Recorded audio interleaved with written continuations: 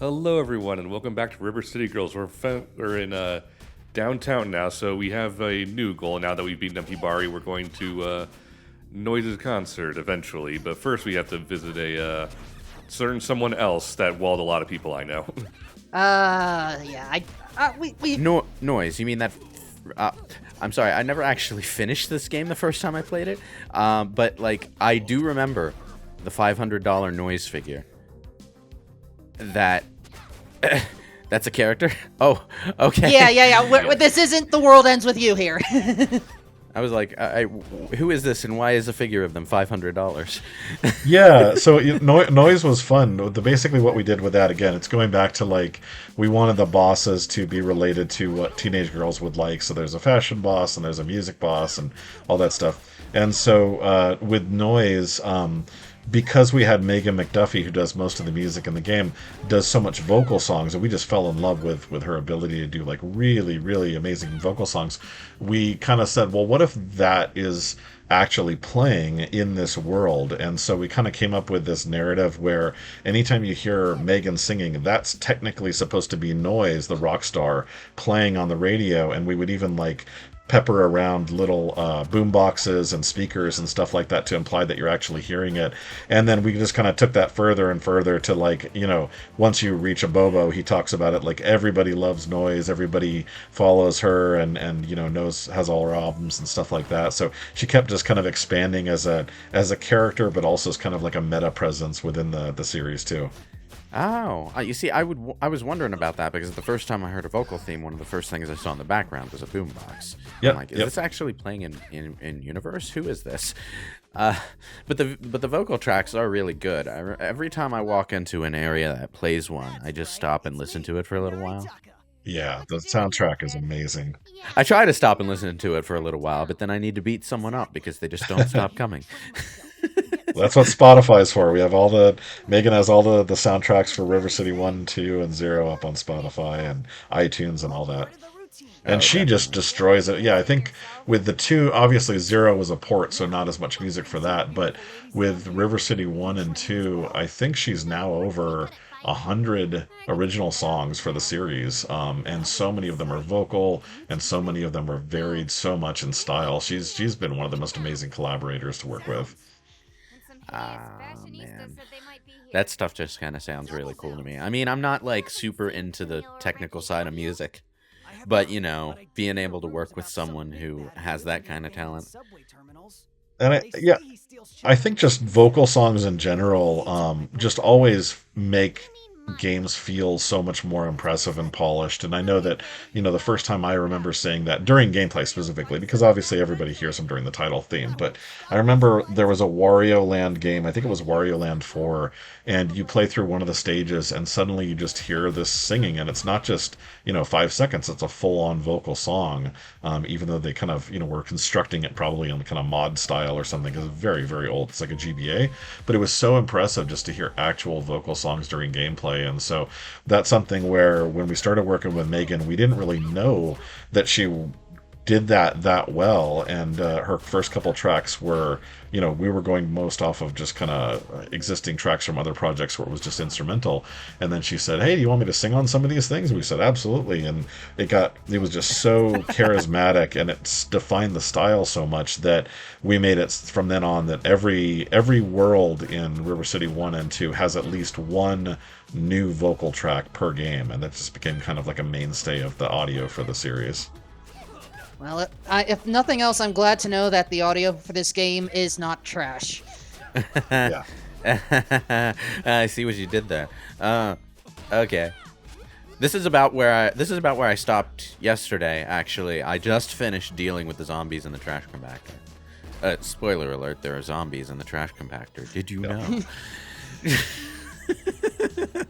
And this is walking through the bus. That's actually the second time we've done that on a WayForward game. We did a Justice League Flash game on GBA, and same thing, just had you walking through a broken apart bus. And I just love whenever characters can walk in and out of things, whenever you can like vary up the level design so that it feels more complex than just walking on the floor. That's always fun.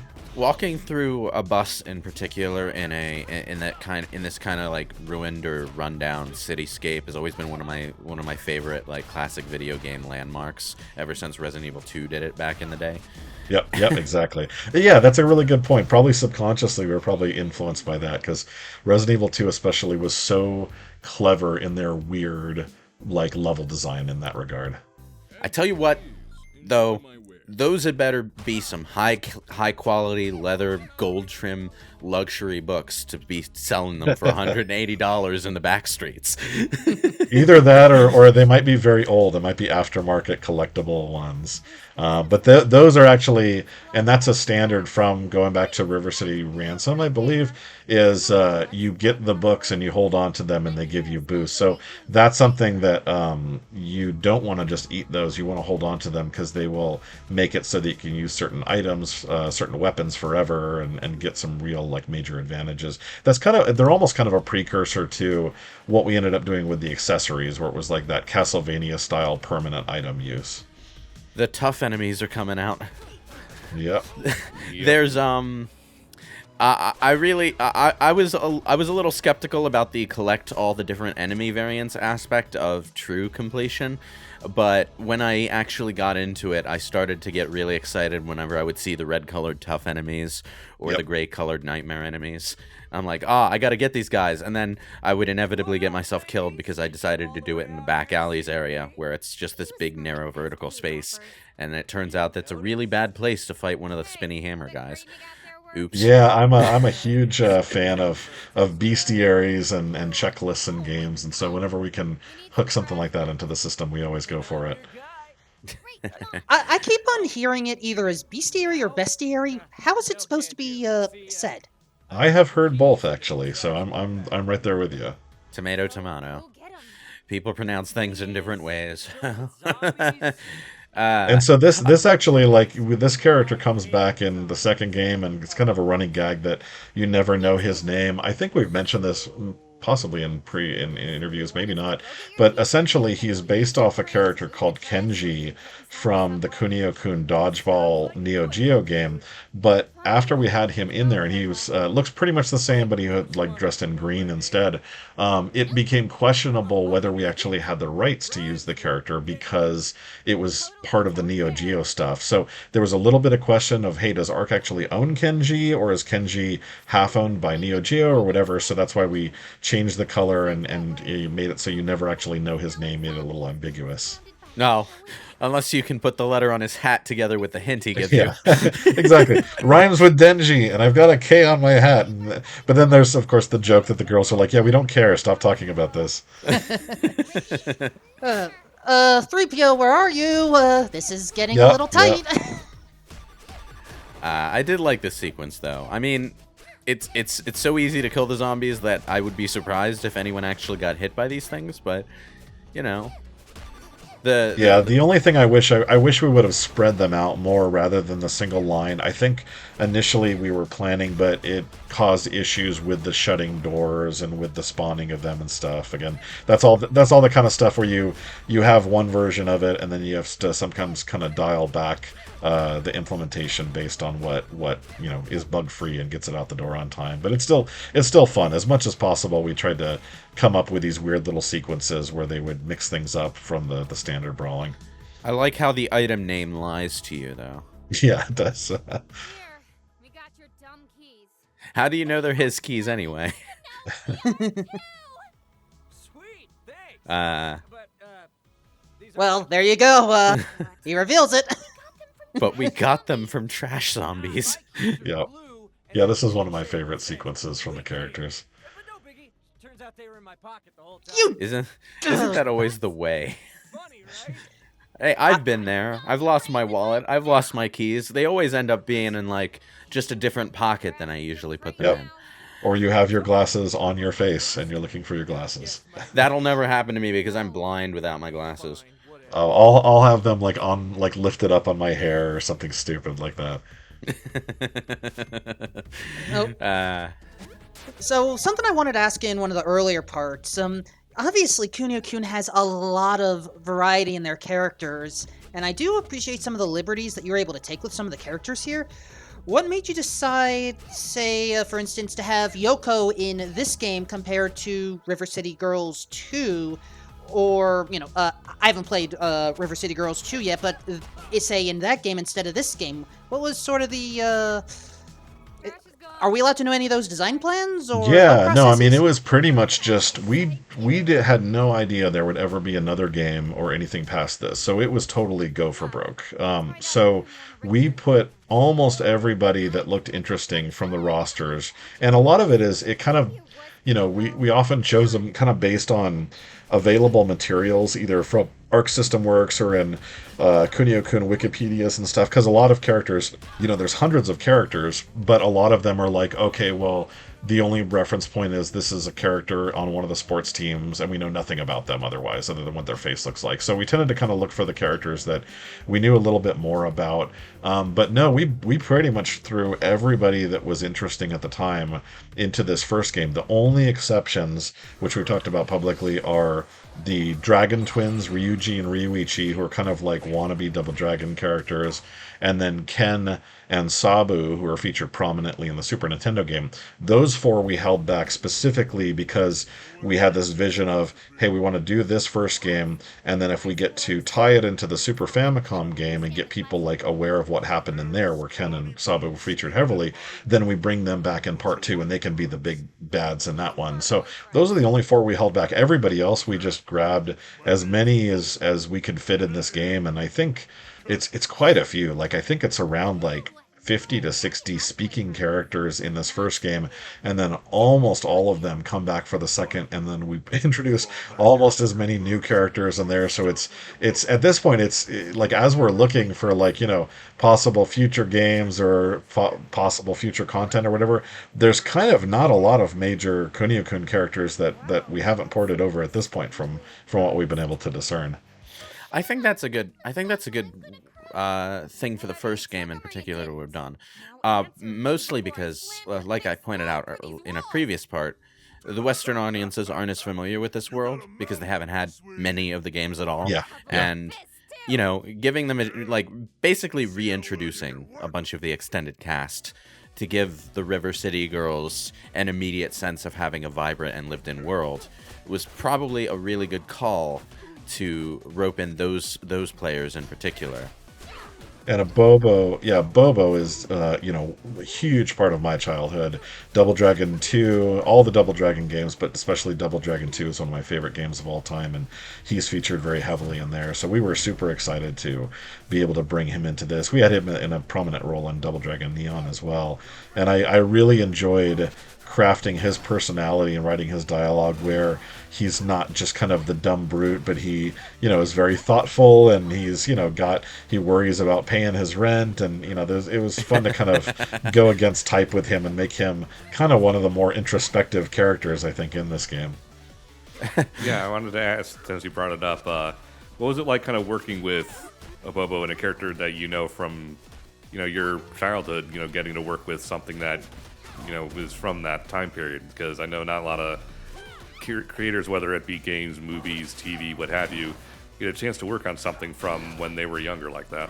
I think probably the only major difference is you're maybe a little bit more careful with your interpretation, or at least we were. So, if you look at his, the way his face looks, the way he's got the handlebar mustache and everything, we really stayed pretty true to how he looked in the NES games because it was so established. I think if he was a far lesser known character or less iconic, then maybe you take a little bit more liberties. Same thing with the personality. It's like, that deep voice, like we wouldn't have really changed that, or we might have changed his personality more drastically if he was just like a one and done obscure character from Kunio-kun. But because he's so well known, you feel a need to at least hold on to the recognizability a little bit, so that it's like, it's like the same. I think it's the same thing with like movies. It's like, if you're going to pay for a big star, don't put on the heavy prosthetic and makeups. Like, make sure your audience knows, oh yeah, that's actually, Brad Pitt or whoever there.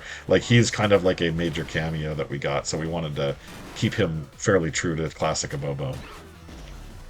I'm impressed that you were allowed to combine Double Dragon characters into Kunio-kun.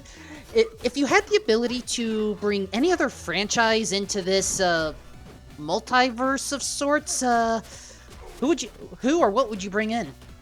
I think, yeah, so the way that it worked out was Arc System Works, when they purchased the Kunio-kun brand, I think around 2014, 2015, with it, they got Double Dragon and Kunio-kun, and then a bunch of other old Technos Data-y stuff like Comba Tribes and some other games that have never even been localized here. And so we got total use of like any of that stuff, like the bear girl, we haven't seen her yet, but like the little teddy bear girl Waver is from some super obscure Famicom game, and Trash, the guy with the big hammer, I believe, was from Combat Tribes. So it was really cool, and they were so supportive of it. And then once we kind of agreed between WayForward and Arc System Works to tap into all of their brands and not just Kunio-kun, they were like giving us like really obscure characters and reference for music and saying, hey, could Megan do like a retro or do like an homage to this song from this obscure, like, Famicom or Super Famicom game. So that was really fun. As far as expanding it, I don't know. I mean, there's honestly still a lot we haven't tapped into, because most of the characters we put in this game are from Kunio-kun. So I think probably as we go forward, if we do more of these games, probably a deeper dive on Double Dragon, because we only have a handful of enemies and characters we pulled from there, looking more at games like, Combat Tribes and some of the other more obscure games. And then the thing that we started doing quite a bit in River City 2, the sequel to this, is pulling in WayForward characters as well. So we've got Patricia Wagon from the Mighty Switch Force. We've got Jake from Lit. So we've got Kabako from Catgirl as one of the call-in characters. So that kind of stuff would be fun. I'd like to see us do more and more of that as we go forward. But I can't think of any like other major universe I think we would fold in, because I think it feels pretty comfortable already with Double Dragon and Kunio-kun and all the techno stuff plus the WayForward stuff.